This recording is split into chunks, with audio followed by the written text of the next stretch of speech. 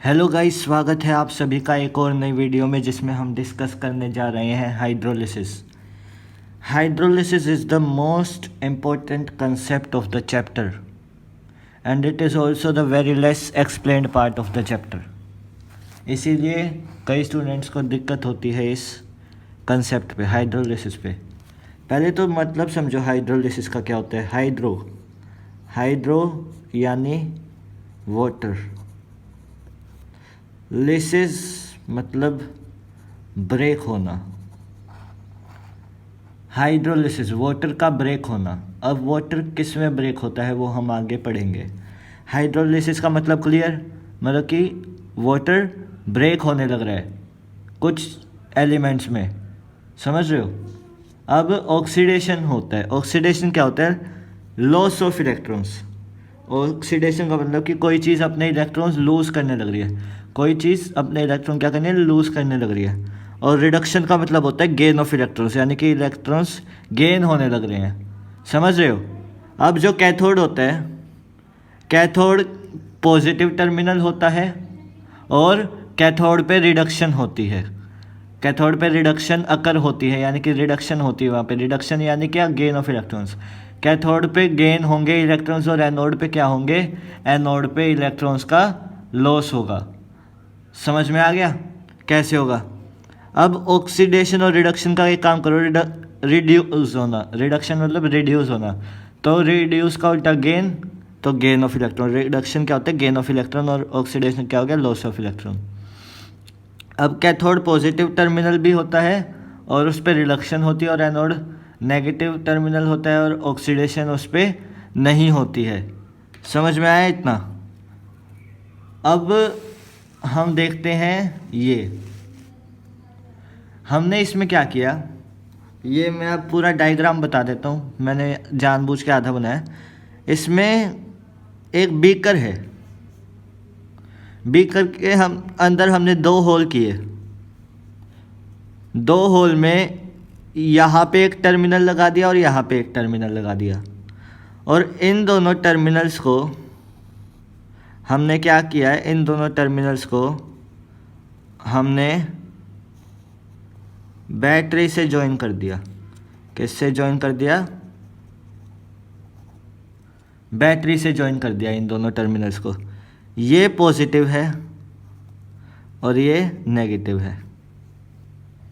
अब ये नेगेटिव है और ये पॉजिटिव है, और ये जो सोल्यूशन है ये H2O का है, प्लस इसमें डाइल्यूट सल्फ्यूरिक एसिड है। क्या है? Dilute sulphuric acid. Sulphuric acid dilute मतलब कि कम सल्फ्यूरिक एसिड डाल रखा है हमने इसमें। अब सल्फ्यूरिक एसिड क्यों डाल रखा है ये हम पढ़ेंगे।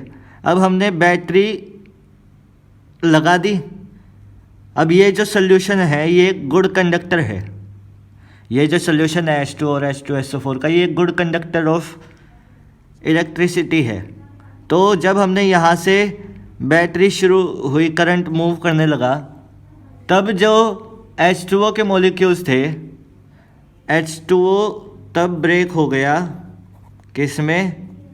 H पॉजिटिव और OH नेगेटिव में।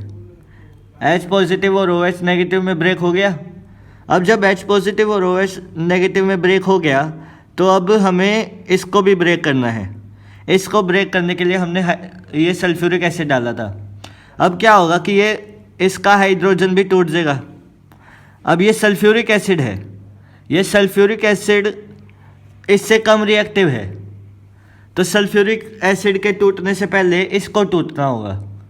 तो जब ये टूटेगा तब ये टूटेगा ऑक्सीजन में और हाइड्रोजन में।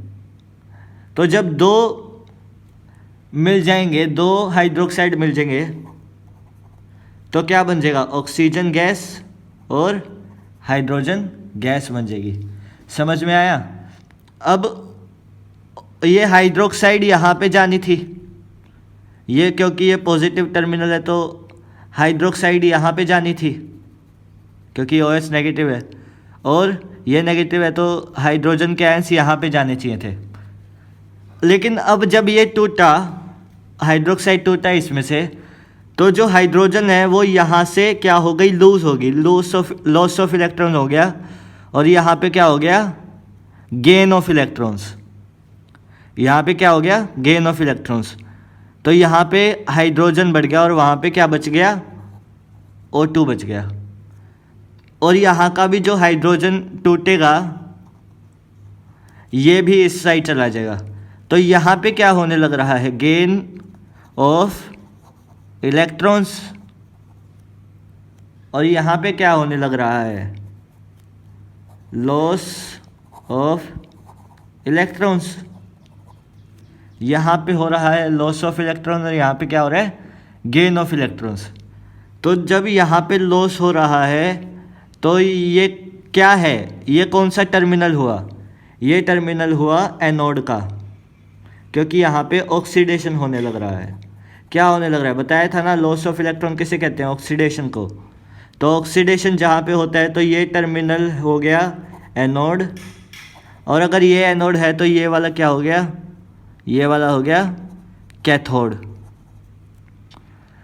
अब यहीं पे बच्चों को दिक्कत आती है कि ये अगर नेगेटिव है, ये अगर नेगेटिव साइड है तो ये कैथोड तो पॉजिटिव के लिए होता है, लेकिन नहीं, कैथोड पॉजिटिव के लिए तो होता ही होता है, लेकिन हमें ये भी चेक करना होता है कि अगर उस जगह पे रिडक्शन होने लग रही है तभी वो कैथोड होगा, वरना नहीं होगा।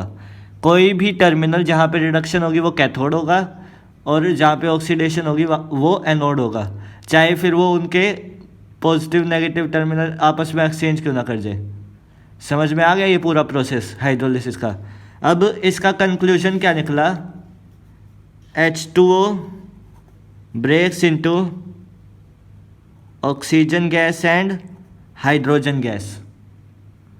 वाटर किस में ब्रेक हो जाता है, ऑक्सीजन में और हाइड्रोजन गैस में। तो अब ये पूरा हम शुरू से देख लेते हैं, क्या पढ़ा हमने। ऑक्सीडेशन क्या होता है, loss of electron, reduction gain of electron. Cathode जहाँ पे रिडक्शन होते हैं, रिडक्शन यानी गेन ऑफ इलेक्ट्रॉन हो रहा है, एनोड यानी कि ऑक्सीडेशन होने लग रही है। और उसके बाद ये पूरी प्रोसेस है।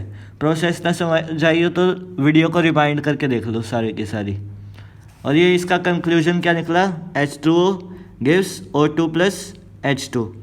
अब इसको बैलेंस कर लो चाहो तो, ये O2 यहाँ पे 2 है, यहाँ पे 1 है, तो यहाँ पे 2 लगा दिया। अब यहाँ पे 4 हाइड्रोजन हो गए, तो और यहाँ पे 2 है तो 2 से मल्टीप्लाई कर दिया। अब ये बैलेंस होगी। तो आखिरी में क्या निकला इसका conclusion, 2H2 breaks into 2H2 plus O2। और यही हाइड्रोलिसिस का पूरा कंसेप्ट है, जो आखिरी एक्टिविटी है डिकम्पोजिशन रिएक्शन की। ठीक है, तो थैंक यू गाइस पूरा वीडियो देखने के लिए, और समझ में आया हो तो लाइक करना, सब्सक्राइब करना। Thank you, bye.